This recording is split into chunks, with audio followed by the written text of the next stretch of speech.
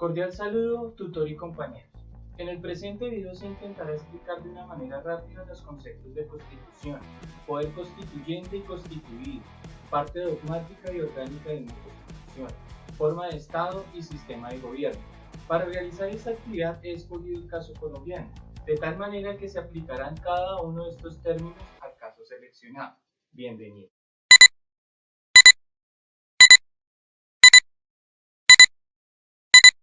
Es muy frecuente, casi cotidiano escuchar: han violado la Constitución, esto es inconstitucional, o todo lo contrario, me ampara la Constitución, me han violado mis derechos. Entonces, la pregunta es, ¿qué es una Constitución? La Constitución de por sí sola es una norma distinta a todas las demás normas de un ordenamiento jurídico.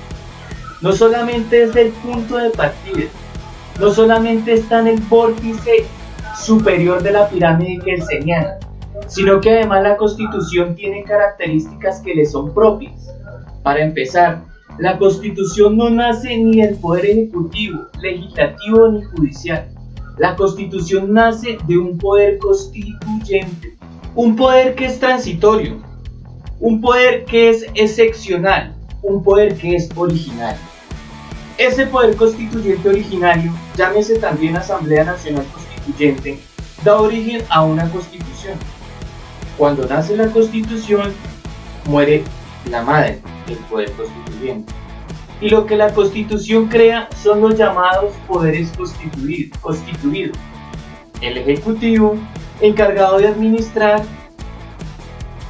el legislativo, encargado de hacer las leyes; y el judicial, encargado de aplicar las leyes. El legislativo se suele denominar constituyente secundario derivado porque dentro de sus funciones está la de reformar la Constitución. Es decir, dentro de sus funciones está la de reformar la Constitución. Tiene la capacidad de cambiar la Constitución. Claro, siempre y cuando estas normas que el legislador cree y reforme no violan el espíritu de la norma fundamental, la Constitución. Pero eso, digamos, lo explicaré más adelante cuando veamos dentro de lo que son los tipos de estados, el Estado constitucional de derecho. Ahora, ¿cómo se aplican estos conceptos para el caso colombiano? En la década de los 80 surgió en nuestro país un movimiento denominado la Séptima Papeleta, cuya iniciativa era reformar la Constitución de 1886 con el objetivo de tener mejores garantías ciudadanas. En principio, este movimiento no fue apoyado por los actores políticos de la época. Sin embargo, el presidente César Gaviria convocó una Asamblea Nacional Constituyente. Así pues, el poder constituyente se ve para el caso colombiano en este hecho, y el poder constitutivo se evidencia en las instituciones que nacieron de él. En segundo lugar, la Constitución es una norma imprecisa, incompleta, declarativa. Cuando la Constitución nos dice toda persona tiene derecho a la vida, no me está diciendo si ese derecho a la vida comprende, por ejemplo, la realización de la eutanasia. Entonces es una norma que requiere completarse. Para ello está el Poder Legislativo y la Corte Constitucional. El segundo concepto a tratar es la parte dogmática y orgánica de la Constitución.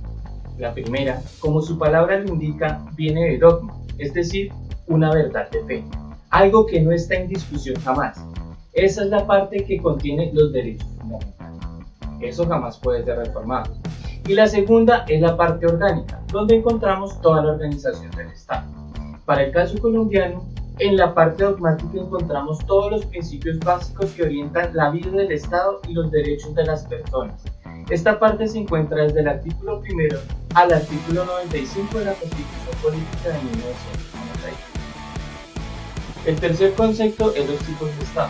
Cuando hablamos de tipos de Estado nos referimos a una forma de organización social soberana y coercitiva, formada por un conjunto de instituciones involuntarias que tienen poder de regular la vida nacional en un territorio determinado e inclusive en un tiempo específico. Así, por ejemplo, tenemos el Estado absolutista, cuya característica principal es la concentración del poder en unas solas manos, el monarca. El Estado liberal, cuyo centro es la división del poder en las tres ramas del poder público y la protección de los derechos subjetivos. El Estado de bienestar o Estado social de derecho, cuyo distintivo es el reconocimiento y la protección de los derechos de segunda generación, así como la intervención del Estado para poder materializar esos derechos.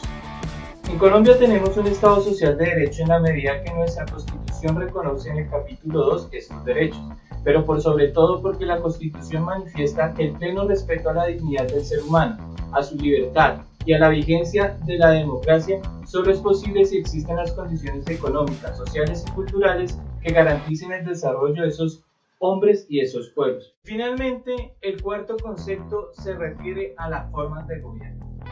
Básicamente se distinguen dos formas, el parlamentarismo y el presidencialismo. Todo sistema parlamentario se caracteriza fundamentalmente por dos grandes rasgos. El primero hace referencia a que las jefaturas del Estado están divididas en dos, jefe de Estado y jefe de gobierno. El segundo hace referencia a la forma como se eligen estos cargos. El jefe de Estado generalmente es el rey, pero se trata de un cargo básicamente representativo y de carácter ceremonial, y el jefe de gobierno lo elige el Parlamento. Al contrario del parlamentarismo, el sistema presidencialista se caracteriza porque no existe ninguna división entre jefe de Estado y jefe de gobierno. El presidente de la República ejerce ambos cargos. Y por otro lado, el presidente no lo elige el Parlamento, sino el pueblo mediante voto universal. En Colombia es evidente que tenemos un sistema presidencialista. Acá, el presidente de la República es tanto jefe de Estado como jefe de gobierno. Y adicional a eso, no lo elige el Parlamento, sino que lo elegimos nosotros cada 4 años mediante voto popular. No siendo más, terminamos este video agradeciendo al tutor y a los compañeros.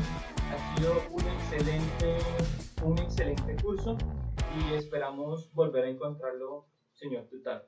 Hasta luego.